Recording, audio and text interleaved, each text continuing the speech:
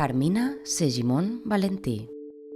Nascuda el 1940 a Barcelona i morta el 25 de desembre de 2012, també a Barcelona.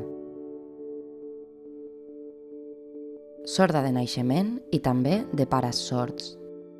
Pedro Segimon, pintor professional i fundador de l'Associació Acció Catòlica de Sormuts a Barcelona, més tard i actualment serecusor,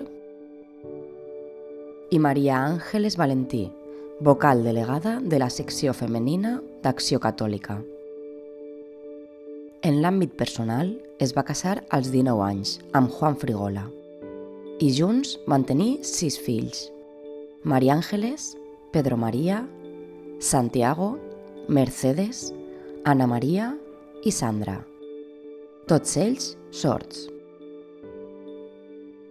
Carmina ja va néixer a una família involucrada a la comunitat sorda, però també amb una vena artística.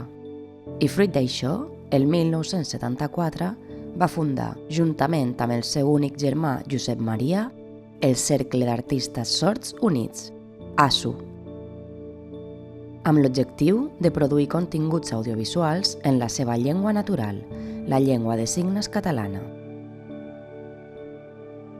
L'any 1978 va dirigir el remake de Helen Keller, una pel·lícula filmada en Super 8, i de la qual també va ser protagonista, en el paper d'Anna Sullivan.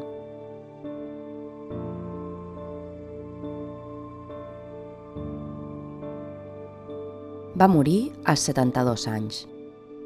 Uns anys més tard, el 2016, amb motiu de l'aniversari d'ASU, es va dedicar un acte d'homenatge a la seva memòria i trajectòria, i així destacar la seva rellevància com a artista dintre de la comunitat sorda, no només com a actriu i directora, sinó també com creadora de vestuari o maquilladora.